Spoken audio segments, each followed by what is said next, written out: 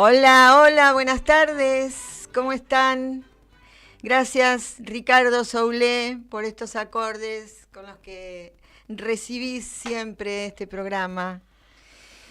Hoy tengo un invitado muy especial, así que ya vamos a hablar con él. Esto es Rompe el Silencio. Yo soy Ana Santillana, algunos se acordarán de mí.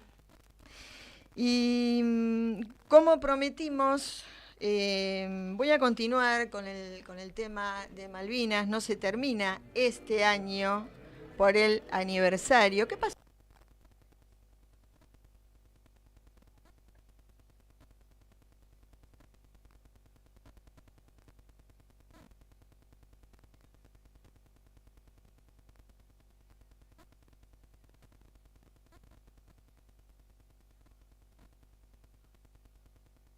Bueno, mira, no me puse los auriculares, menos mal, porque si no me mata.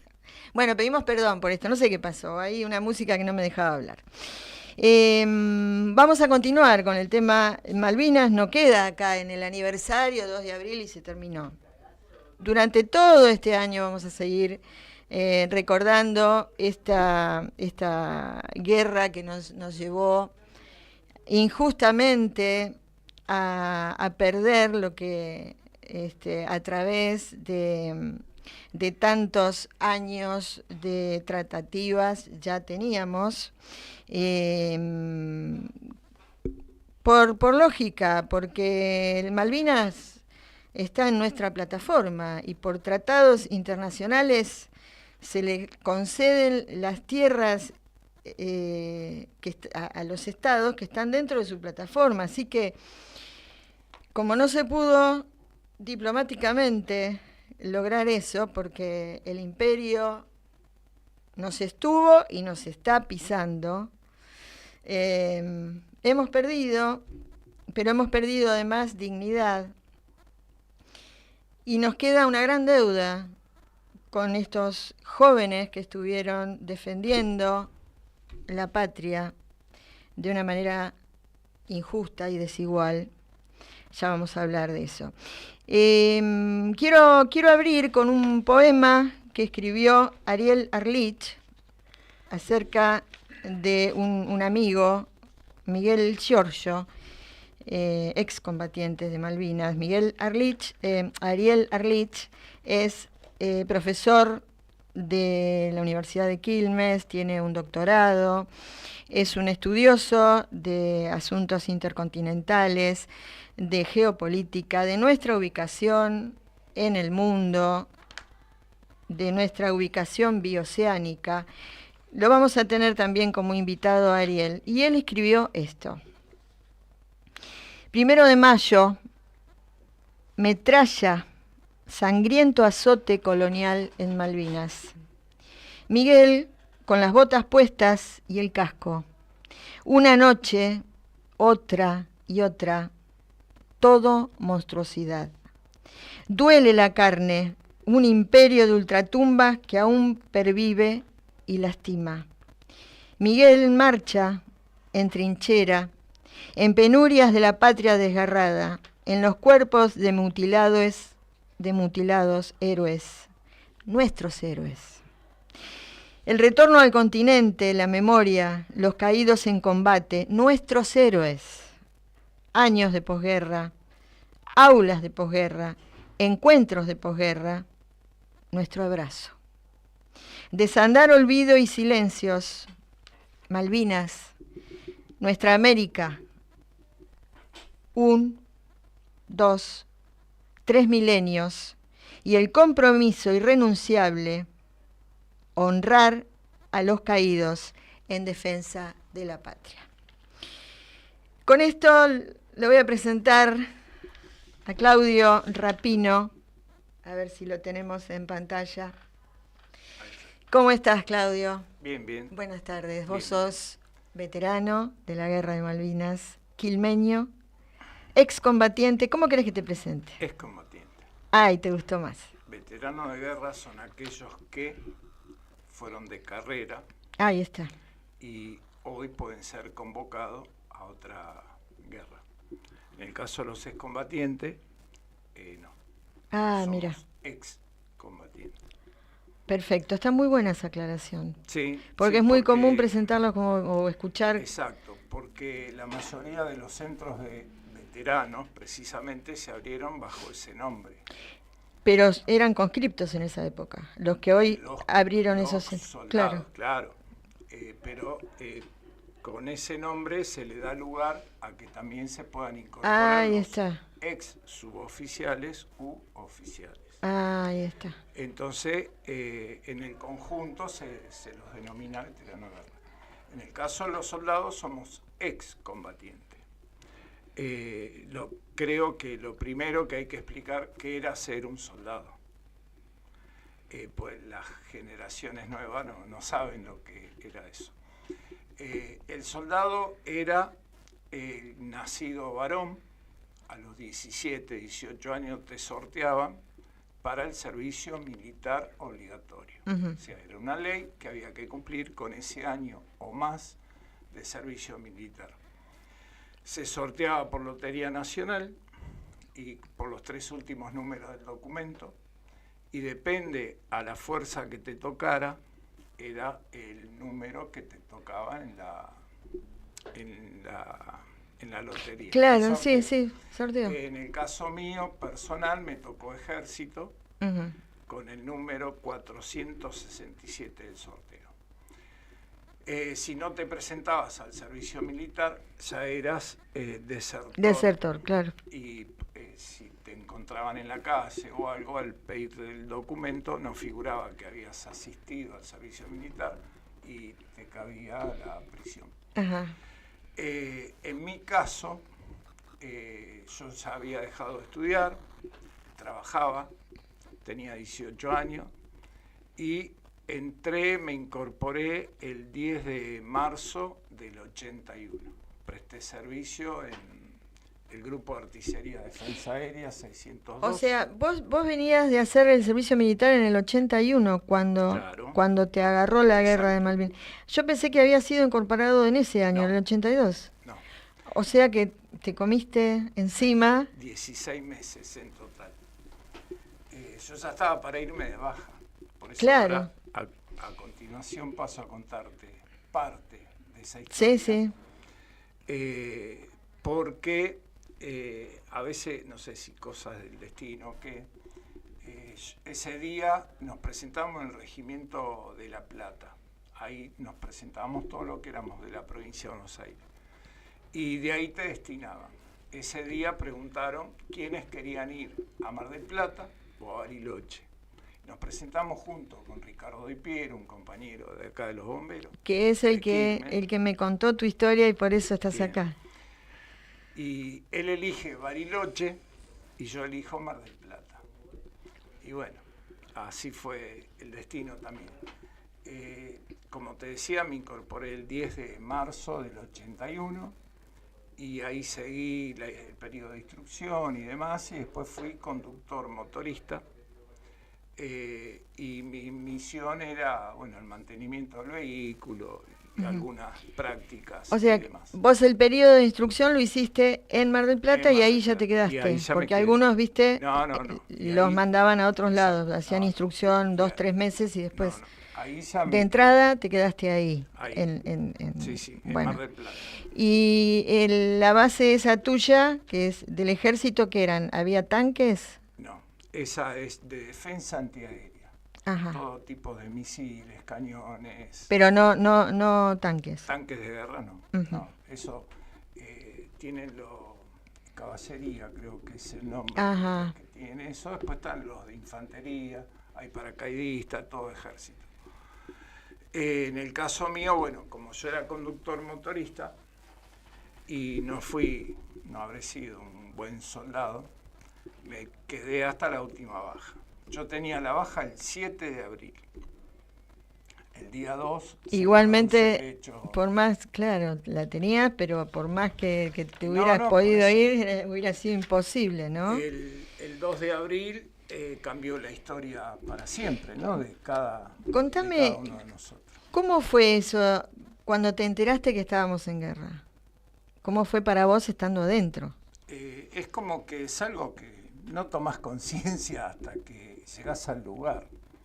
A ver, siempre durante el servicio militar, la denominada colimba, que ese era el uso que se le daba al soldado, corre, barre y limpia. Y te hacían creer que te estaban dando una instrucción por si algún día entrabas en combate, cosa que también en el barrio se decía en la colimba, no en la guerra, así que podés ir tranquilo. Y bueno, para algunos nos tocó la guerra. Y ustedes tuvieron una cierta instrucción con armas entonces, sí, no como otros que recién entraban. No, yo había tirado 5 tiros con un FAL. Ah, bueno, y eso es todo. Y la instrucción que teníamos era diaria, porque todos los días te pasabas hambre. Entonces, en ese sentido, quizás estábamos acostumbrados. Y una vez que te acostumbras a no comer, bueno, pero una cosa es no comer en Mar del Plata, y otra cosa fue no comer en Malvinas. Y el frío, y el clima, y demás. Y yo volví con 18 kilos menos. Imagínate. Yo tenía 19 años y con 18 kilos menos. Era un esqueleto. Bien. Entonces, el 7 de abril, en vez de la baja, me dieron franco para que vaya a mi casa a avisar que íbamos a ser movilizados al sur. Nada más que eso. Justo cayó Pascua. Y bueno, ese fin de semana la pasé en mi casa con mis viejos. Y el lunes partí para Mar del Plata. O sea, te dejaron ir a tu casa, avisar a tu familia, y comer. Y o sea, que ya venías corriendo la coneja en el servicio militar. Eso fue siempre. Me hicieron creer que era locro lo que nos daban, y yo el locro lo conocí después que lo hacía mi suegro. Ahí conocí el locro, lo que me daban. Claro, era un caldo. Era maíz con agua. Claro. Bueno, y así transcurrió hasta que llego a Malvinas. En un vuelo fuimos a Comodoro Rivadavia. Ahí permanecí una semana más o menos, pues estaba estudiando de cómo trasladar mi vehículo, mi camión, en un Hércules, en un avión, para pasarlo a Malvinas. Claro, el Hércules eran esos, no sé si hay todavía, ¿de eso existen? Sí. Esos inmensos panzones que transportan, y la gente va sentada en el piso. En el piso no. Tiene como unas, como si fueran hamacas paraguayas, con cinturones y demás. Porque la prioridad es llevar los vehículos ahí, los camiones, lo que sea. Exacto, y armas y municiones, claro, y demás. Y bueno, en el vuelo que yo fui, tardó 2 horas, de Comodoro a Malvinas. Perdóname una cosita. Fiona, ¿se está escuchando bien? Porque yo no tengo puesto el auricular. ¿Se escucha bien el micrófono de él? Gracias. Sí. Te decía, 2 horas. 2 me horas dijiste. de vuelo, pues un avión que vuela a baja velocidad y a baja altura. Es más bien un avión de carga. Y bueno, llegué el 19 de abril a Malvinas, y desde ahí estuve acampando en distintos lugares hasta que encontré mi ubicación, la que me indicaron, que eran donde estaban todos los camiones y los conductores de cada vehículo. ¿En ese momento ya tenías un abrigo adecuado? No, ¿O ya no? ¿O no, ya llegaste y ya empezaste a tener frío? El abrigo que nos dieron, a diferencia del común, la chaquetilla común, digamos, y la tricota, le llamaban al suéter, nos dieron un duvet, el famoso duvet que era de plumas. Sí. Y bueno, o sea, abrigaba, pero si vos tenés un viento de 120 kilómetros, 100 kilómetros por hora permanentemente, pero más que el viento era la humedad, la lluvia. Claro, todo el tiempo. Y yo tuve 63 días viviendo a la intemperie. Es como que te vas, qué sé yo, a un camping y estás 60 días en la carpa. Y el sol se vio pocas veces en Malvinas. Yo, por más reflexiones que uno haga ahora, me imagino que vos te habrás hecho 30.000 conjeturas, y lo mismo que tu familia. Pero ¿cómo se puede pretender que un soldado responda en esas condiciones? Bueno, esa es la pregunta que se le debió haber hecho en su momento a los jefes de las Fuerzas Armadas, porque padecimos las torturas como si fuéramos prisioneros, o fuimos parte del proceso. Entonces esa es la pregunta para los jefes, que hoy más de uno se raja las vestiduras diciendo que él no dio nada. Los que pusimos el pecho y los que pusimos los muertos fuimos nosotros, los soldados. ¿Y quiénes éramos los soldados?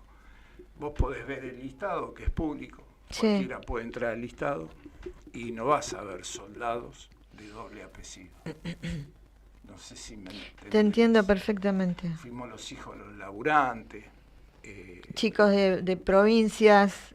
Exacto. Que nada tenían que ver con el clima, además, no estaban para nada. Ayer lo escuchaba en el debate por el tema de los glaciares al diputado Aldo Leiva, sí. Que es excombatiente, de Chaco, prestó servicio en Corrientes, y él era de la clase 63. Él entró, pues lo dijo anoche también. Salió en diciembre, terminó el secundario, y en febrero le dieron un fusil.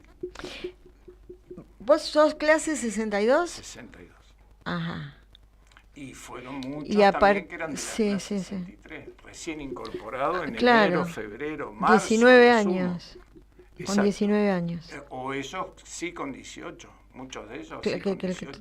Lo que pasa es que nosotros, un año más ya parecíamos, éramos los viejos, ¿no? Y eso para nosotros eran los pibes. Claro, pero vos tenías la experiencia de haber estado al menos en un cuartel. Exacto, el año anterior. Sí, nada más, supuesto. ¿No? No, por supuesto. Pero tremendo para un chico que recién pisa, toma seguro. El fusil. Aparte, te repito, con la idea que uno iba a cumplir con el servicio militar. Si es un año y chao, yo después de acá me las tomo, y de repente tenías más o menos un proyecto, una idea, y llegar ahí te encontrabas con... Claudio, ¿cómo se duerme en todo eso, en todo ese ambiente? No solo el frío, no solo el hambre. No se duerme. Los primeros bombardeos era con los ojos abiertos, o como dice una canción de Guaraní, ¿no? Con un ojo abierto y uno cerrado. Ya después como que te acostumbrabas un poco y más o menos dormías, no descansabas, dormías. Pero sí, es una cosa que no tiene una explicación para un ser humano que no estuvo. Es muy difícil, o sea, transmitirlo sí, se puede transmitir, pero no transferir, no se puede transferir. No. Lo que pasa por tu cabeza, lo que pasa por el cuerpo. Imagino que vos en ese momento pensabas en tus afectos, que lo que quedaron acá, en tu familia. Hasta en tus enemigos pensás. O sea, ¿cómo te puedo decir? Si vos estabas peleado, no sé, con el vecino enfrente, hasta te acordás de él. Y cuando mandás una carta, le mandás saludos. Vos sabés que no me imagino a los chicos de ahora, de 19 años, en esa situación. No me lo imagino. Yo eso lo empecé a ver cuando mi hijo cumplió 18 años. Y se te pone la piel de gallina en pensar que yo a esa edad estuve en un lugar que no se lo deseo a nadie. Podemos hacer acá un pequeño alto. Vamos a escuchar un tema de Jorge Illesca, está por ahí. Es ese de TikTok. Tenemos un código con Fiona, con la operadora, que es maravillosa. Jorge Illesca es director de una FM de Pico Truncado, de Santa Cruz. Y grabó este tema y se está haciendo viral. Y quiero que lo escuches. Dale. Habla de Malvinas y de los héroes. Para los que lucharon allá y acá hasta el final. Eternamente, gracias.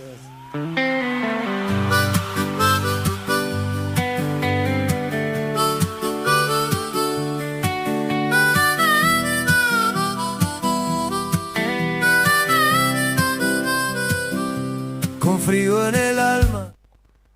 Se complica, no importa, pero está. Y si no, escuchamos el audio solamente, porque por ahí es más difícil en YouTube reproducir los videos, es más complicado. Incluso los cortan, los resumen, no nos permiten pasar entero. Exacto. Resumen a unos segundos. Ahí vamos, a ver. Para los que lucharon allá y acá hasta el final. Eternamente, gracias.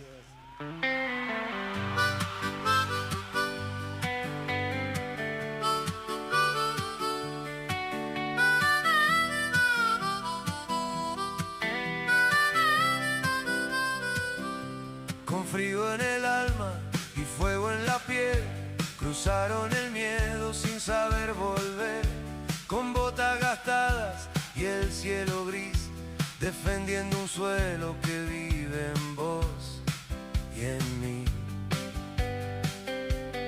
En las Malvinas el viento habló de jóvenes valientes que el tiempo guardó, con hambre, con miedo, pero de pie, rezándole a Dios para no caer.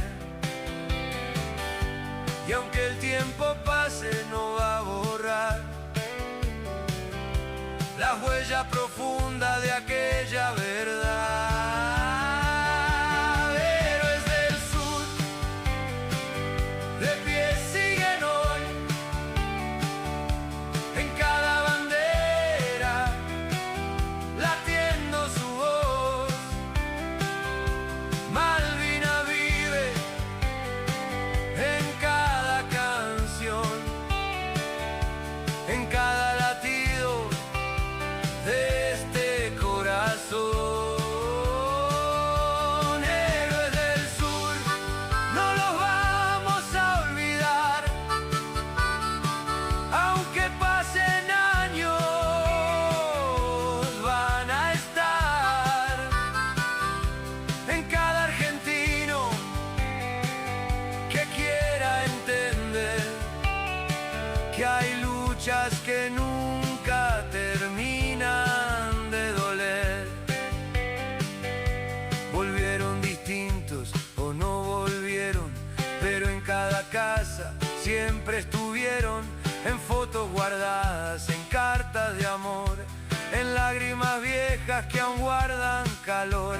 Y el pueblo aprende, aunque tarde quizás, que hay deudas que el tiempo no puede saldar, pero en la memoria y en la canción vive Malvinas, vive el honor, que suenen sus nombres en cada rincón, que nadie se olvide lo que pasó. Héroes del sur, de pie siguen hoy, en cada bandera, latiendo su voz. Malvina por siempre en el corazón, memoria y respeto de esta nación.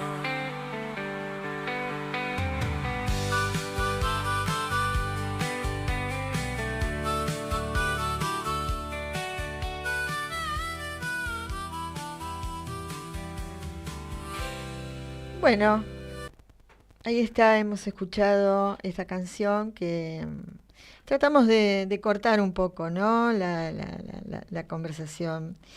Pero esta canción habla de los que regresaron, habla de los que no regresaron y habla de los que regresaron. ¿Cómo fue tu vuelta, Claudio? Tenés una anécdota muy, muy linda, muy interesante.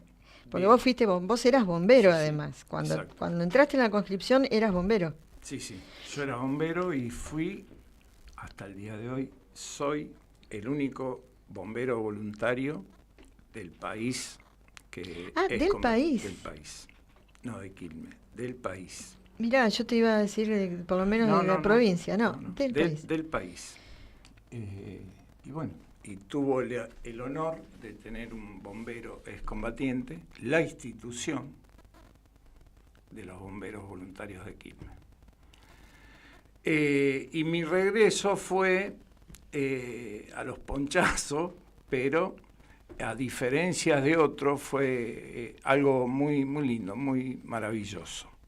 Yo volví en el barco, en el Norland Hulk, que nos dejó en Puerto Madryn, de Puerto Madryn en camión a Trelew. O sea, un barco inglés. Sí, un barco inglés. Te trajo. Exacto. Uh-huh.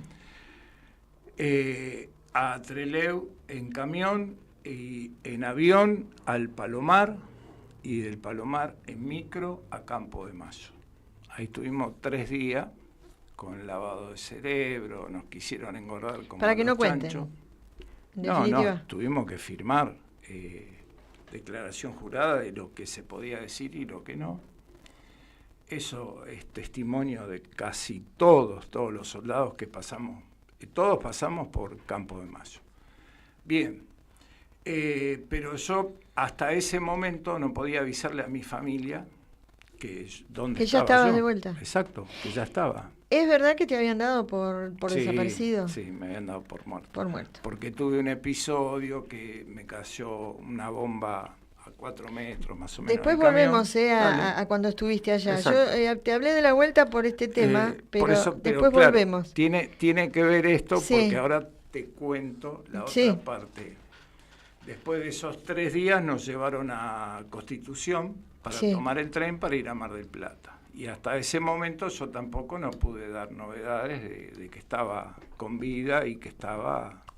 O sea, vos estabas en Campo de Mayo, a un paso de tu casa. Sí. Y tus padres ni idea de dónde estabas. Exacto. Y fuimos a Mar del Plata, que era la unidad a la que pertenecíamos, en tren. O sea, sí o sí tenías que volver a tu lugar de inicio. Exacto. Y estábamos todos formados, una fila, éramos 600 tipos para subir arriba al tren, en Constitución, y justo pasa un compañero de los bomberos de Quilmes, Julio Arechaga, no sé si te acordás. Julio, sí, Julio. Me acuerdo, sí. Él en ese momento hacía los clearing bancarios. Ajá. Bueno, algo que ya no existe, por ahí estamos hablando cosas que si escuchan los jóvenes no van a saber de qué hablamos. Decimos que recuerdo porque mi papá fue tesorero de bomberos de Quilmes en los fines de los 70, 80, y durante casi 10 años. Así que tengo el recuerdo tuyo, de Di Piero, Ricardo, que mandó un abrazo para vos, entre paréntesis. Gracias. Así que por eso digo que lo recuerdo también a Julio Arechaga, que ya no está. No está entre nosotros. No está entre nosotros. Bueno, ¿y Julio entonces? Y entonces Julio ve los bichos verdes, nos decían, pues estábamos todos vestidos verdes, y qué sé yo, esa fila larga. Entonces él iba con un acompañante en el auto y le pide permiso, me aguanta 2 minutos que pregunto a los soldados, qué sé yo. Sí, ¿y vos estabas ahí, él no te había visto todavía? Y él pregunta, ¿de dónde son? ¿O a dónde van? A Mar del Plata. A Mar del Plata, dice, ¿lo conocen al Tano Rapino? Dice, anda por acá a buscar. Y vos estabas así flaquito. Y por allá me encontró. Entonces, cuando él me ve y me empieza a tocar los brazos y todo, y yo digo, Julio, ¿qué pasa? No, nada. Y yo le aviso a tu vieja que estás, que yo, que pin, que pan. Bueno, listo, ahí terminó la historia. Llegamos a Mar del Plata, había 2 tíos esperándome, pues yo elijo Mar del Plata en su momento, pues tengo bastante familia, bastante familia en Mar del Plata. Claro, cuando te habían dado a elegir si ibas al sur o... Ajá.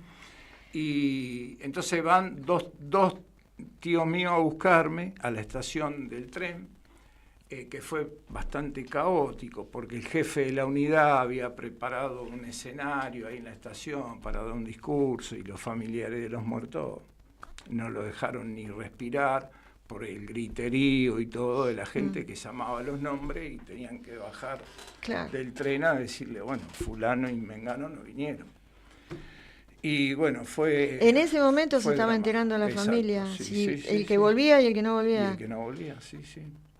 Y inclusive, por eso te digo que yo donde estuve, por todo lo que pasé, y yo llego a Mar del Plata y mis viejos se enteran después que yo estaba vivo y que estaba yendo a Mar del Plata, pues le avisa a Julio Arechaga. Entonces, bueno, yo llamo por teléfono, qué sé yo qué, de la casa de mis tíos, a una tía que tenía teléfono, ¿viste? Claro, claro.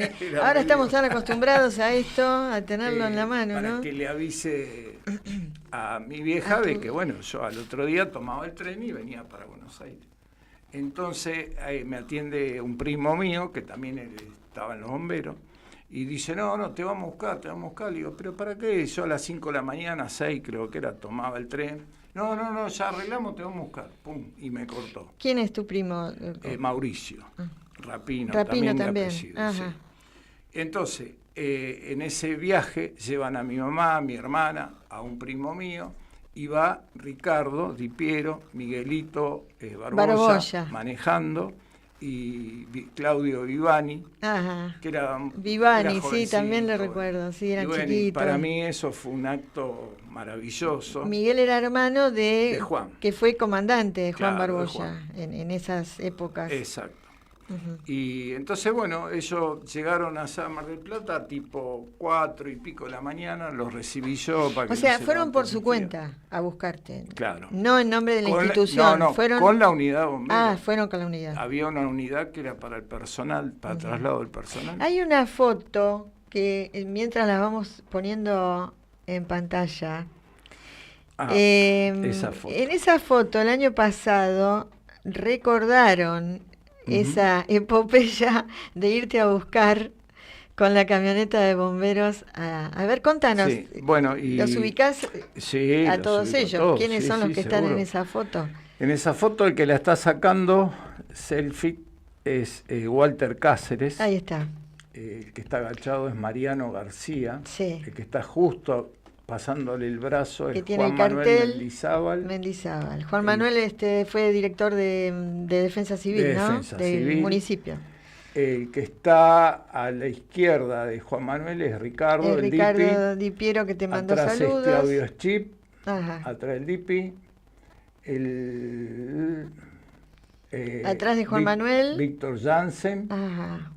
Y el otro, ¿sabes que no lo alcanzó? El chico de barba, y hay otro más de barba. Federico y Dominicini. Ahí está, Dominicini. También Dominicini. Eso fue, quisieron ellos hacer revivir ese momento el 24 de junio. Del año pasado, que recordaban esa vuelta tuya de Mar del Plata a Quilmes. Claro, me llevan primero, la primera parada fue en el destacamento de bomberos, el de Quilmes Oeste, que yo estaba en ese lugar, viví ahí 7 años. Después pasamos por mi casa, por el barrio, estaban todos los vecinos esperando y qué sé yo, y después por insistencia de la comisión directiva, que esa noche, a esa hora tenían reunión, me quisieron llevar para allá, para el cuartel central. Y bueno, ya cuando llegué al cuartel central, ya lo único que quería era dormir y ya estaba podrido de hablar. ¿Y estaban tus viejos en el cuartel? No fueron, en ese día no fueron. No, se quedaron en casa y... Pero ya sabían que vos estabas acá, por supuesto. Pues yo pasé por casa y la llevaron a mi mamá a Mar del Plata. Mirá. La llevaron a mi mamá. Entonces, los que fueron a Mar del Plata, recuérdame, Juan Barbosa, Miguel Barbosa, Ricardo Di Piero y Claudio Vivani. Y llevaron en esa unidad que era para 10, 12 personas. ¿A tu mamá? A mi mamá, mi hermana y 2 primos míos. Un segundito. Hoy tenés una acompañante muy especial que es tu mujer. ¿Desde cuántos años hace? 41. ¿La vamos a presentar? Dale. ¿Cómo se llama? Alicia. Alicia está acá asintiendo, te saludo con mi mano. Qué duro también para vos. Sí. Porque veo que vas recordando cosas que él cuenta y veo cómo va cambiando tu cara. Porque importante la fortaleza que te ha dado ella también, ¿no? Seguro. Uno en definitiva, cada uno hizo lo que pudo con su vida.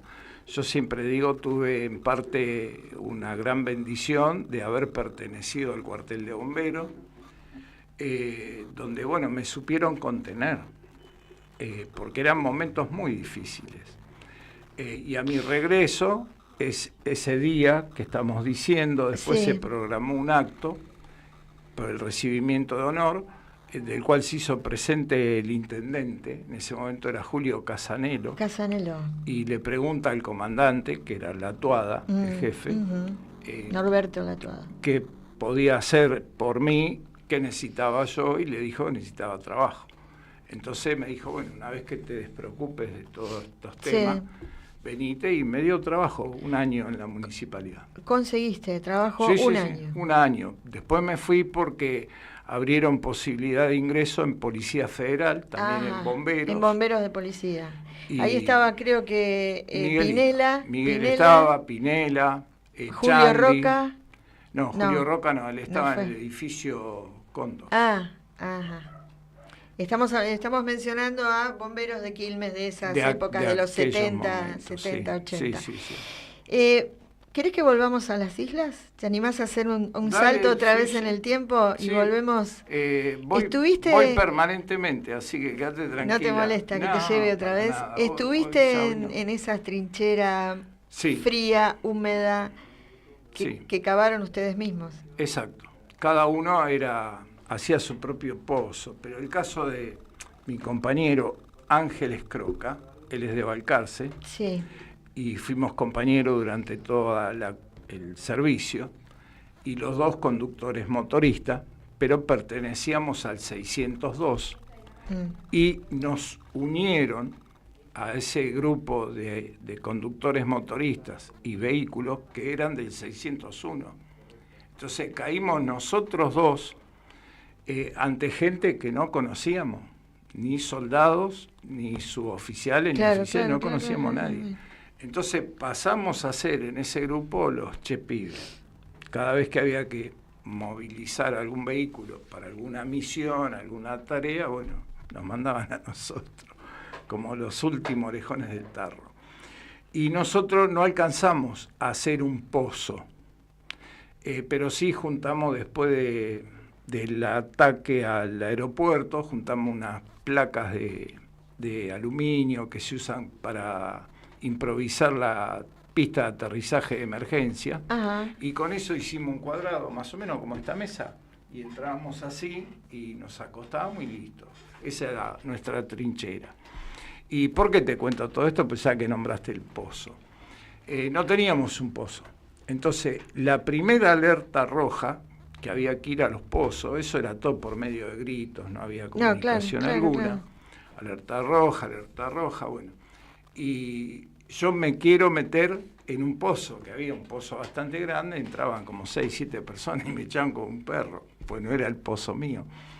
Entonces, bueno, así en varias ocasiones, yo en distintos puntos de la isla, tenía episodios de esa naturaleza, porque tuve la posibilidad, o no, de conocer la isla de punta a punta. ¿Por qué? Recordame en qué zona estuviste exactamente de las islas. La Campe era detrás de donde terminaba la ciudad del pueblo. Y después de ahí yo me movilizaba para todo, hasta Darwin o donde fuese, pues repartíamos la comida, llevábamos gente, llevábamos ¿Y en qué los trasladaban? En el camión. En camión. Yo tenía en ese momento... ¿Era barro y nieve y agua? Era todo una vivencia totalmente nueva. Aparte, de noche no se podían prender las luces, porque, viste, los libros viejos del combate dice que el enemigo delata la posición y todas esas cositas. Y resulta después que, ya cuando caímos prisioneros, veíamos lo que era el enemigo, y los tipos te veían con las miras infrarrojas y te veían hasta lo que comías. Pero ustedes no tenían, ¿no? No tenían fusiles con infrarrojo. No. Nada que ver. Ustedes lo que tenían era la sangre. Y la sangre, el miedo. La fuerza. Y la fuerza. Miedo tendrían ellos también. Y las ganas de volver. Yo creo que el miedo le cae a cualquier ser humano, seguramente. Pero y a los capos, a los oficiales también tendrían miedo. Sí, también, pero ellos estaban lejos de la bomba. Nosotros estábamos cerca de las bombas. Y es más, ellos hasta en un punto cuando caímos prisioneros es como que tenían un trato diferencial. Bueno, hay un tema muy urticante que nos enteramos nosotros muchos años después, y que fue el maltrato que los militares nuestros les otorgaban a ustedes, el maltrato, y que incluso muchos excombatientes refieren que los ingleses los trataron mejor. ¿Es así? Sí, tal cual. Hay 100 casos de denuncia, Sí. entre ellos uno por un homicidio a un soldado. En una de estas alertas rojas que se daban, cada uno tenía que ir a su pozo y cuando sale corriendo le disparan de atrás. O sea que no fue el ¿Pero le enemigo. disparan a propósito o Sí, se equivocaron? Sí, a propósito. A propósito. Y por eso, retomando, y ahora volvemos a esto, Sí. yo te decía, cuando se enteraron mis viejos que yo estaba con vida, o yo, cuando me enteré yo que estaba a salvo.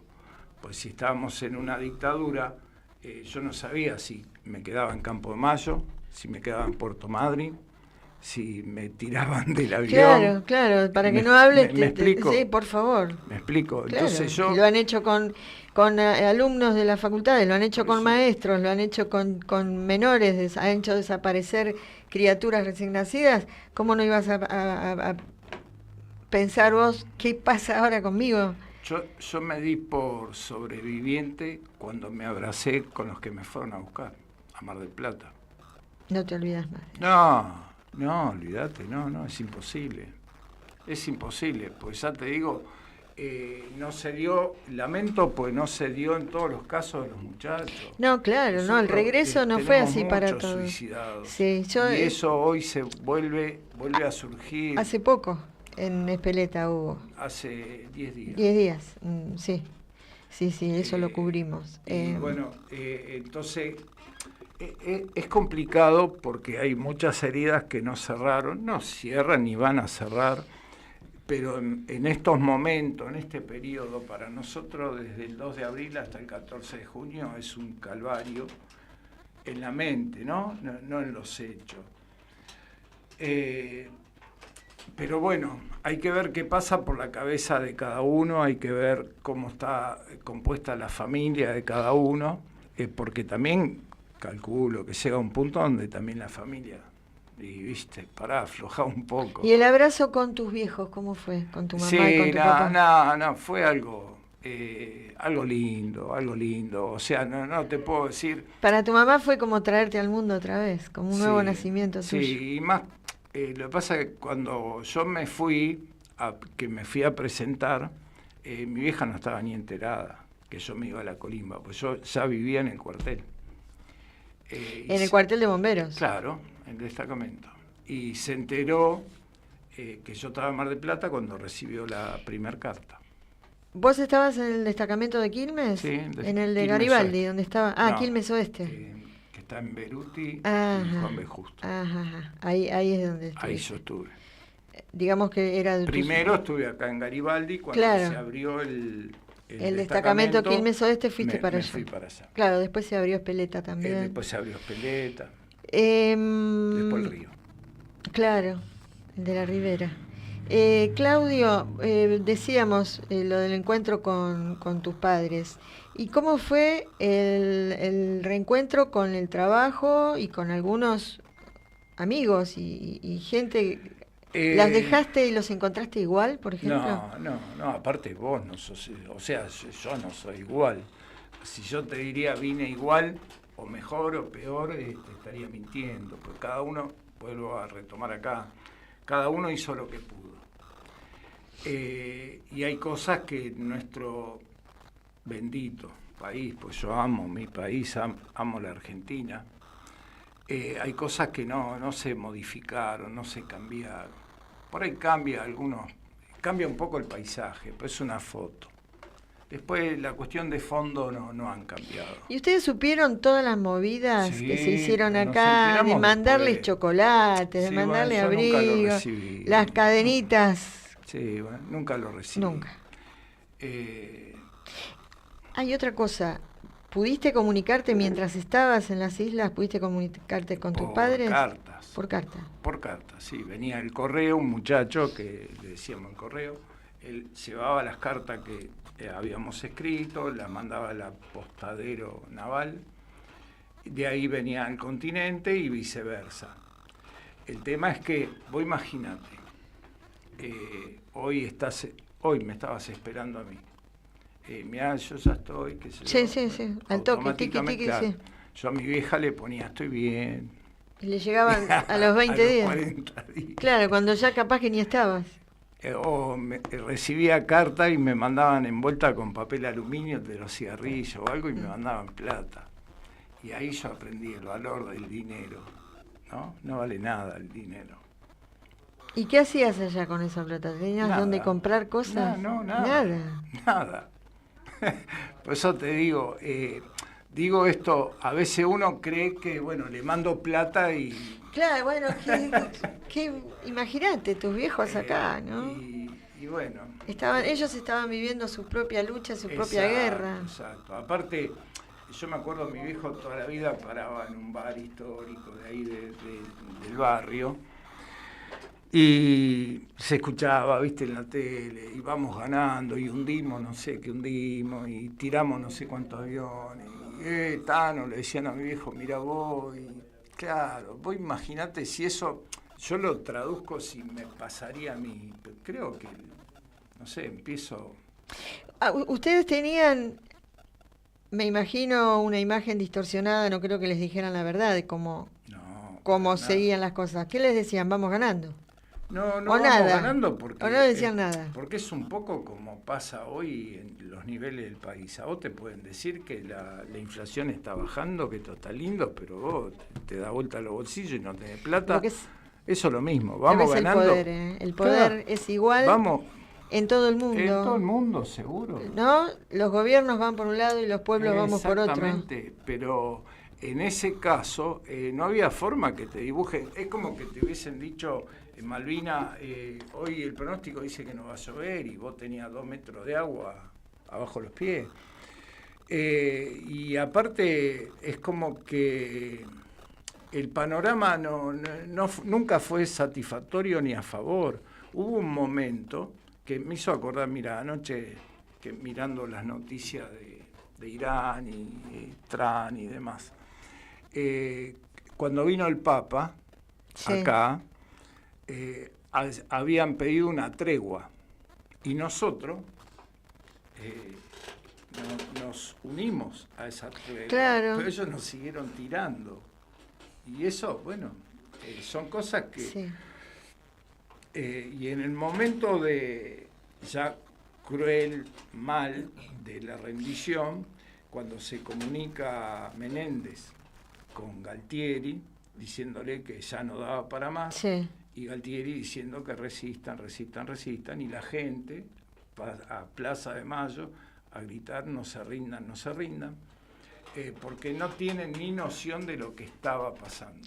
No, yo recuerdo el 2 de abril, cuando se dijo que se habían tomado las islas, la gente salió a la calle a festejar. Sí, seguro. Yo decía, ¿qué? ¿Están locos? ¿Festejar qué? ¿Estamos en guerra con Inglaterra? Te vuelvo a repetir. Yo tenía, esto te cuento nada más, mi hija tenía 5 meses. Yo tenía una nena de 5 meses, mamá primeriza, y vivía con mi mamá, y teníamos un sótano en la casa de mi mamá, como en todas las casas viejas, y yo alucinaba que si llegaba a pasar algo en la IMPA, yo me iba al sótano con mi hija. Exacto. Y yo digo, todos los demás que están festejando, es espantoso. ¿Sabe lo que festejaban? O te la cambio la respuesta.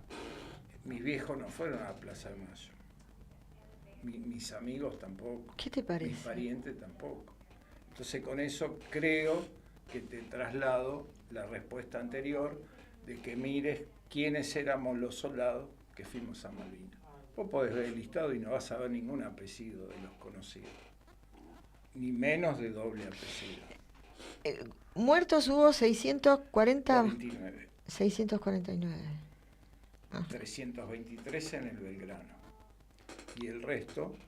Lo de Belgrano es increíble, claro, lo que pasó. Es increíble, pero lo más increíble es que hoy ministro de Defensa diga que lo hundió bien porque estaba en una situación de guerra. Sí, y que el presidente diga que lo admira a Thatcher. Exacto, por eso. Digamos ¿viste? todo. Entonces, cuando hay cosas de que terminan siendo muy de uno, sí. y es preferible sí, no sí, hablar sí. y seguir masticando esa claro, bronca. es necesario, ¿sabes por qué, Claudio? No para darnos manija y no salir del círculo, pero los jóvenes tienen que entender estas cosas. Los jóvenes ahora tienen que conocer cosas que si no se las dijimos los padres, que yo traté con mis hijos en todos estos años siempre de hablarlos estos temas, ¿no?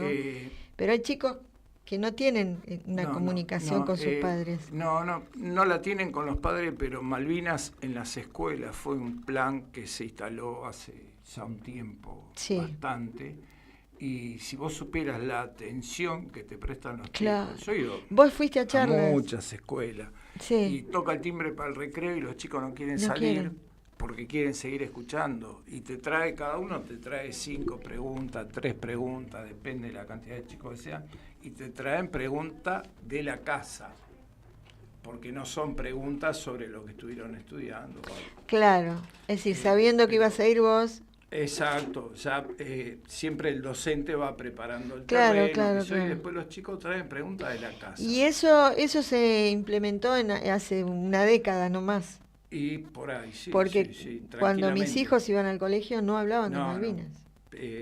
Posiblemente sí, una década, y anterior a esa década, salpicados. Claro, depende de algún docente. A la escuela de mis hijos a dar la charla y demás. Pero era así, muy, muy salpicado, y la dialéctica era totalmente distinta a lo de hoy.